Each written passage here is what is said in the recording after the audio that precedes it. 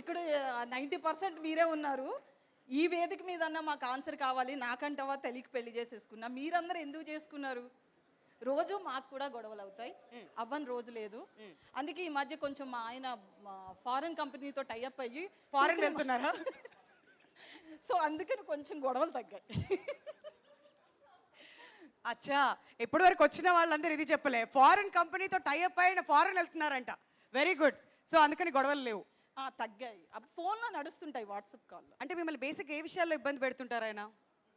చాలా ఉంటాయి. Food, curries. ఇది బాగాలేదు, మా అమ్మ వండితే బాగా ఇది బాగాలేదు. చేస్తది. అవును, మా అమ్మ బాగా చేస్తుంది, మా అమ్మ బాగా చేస్తుంది అంటారు. వైఫ్ ఇంకా బాగా చేస్తుంది.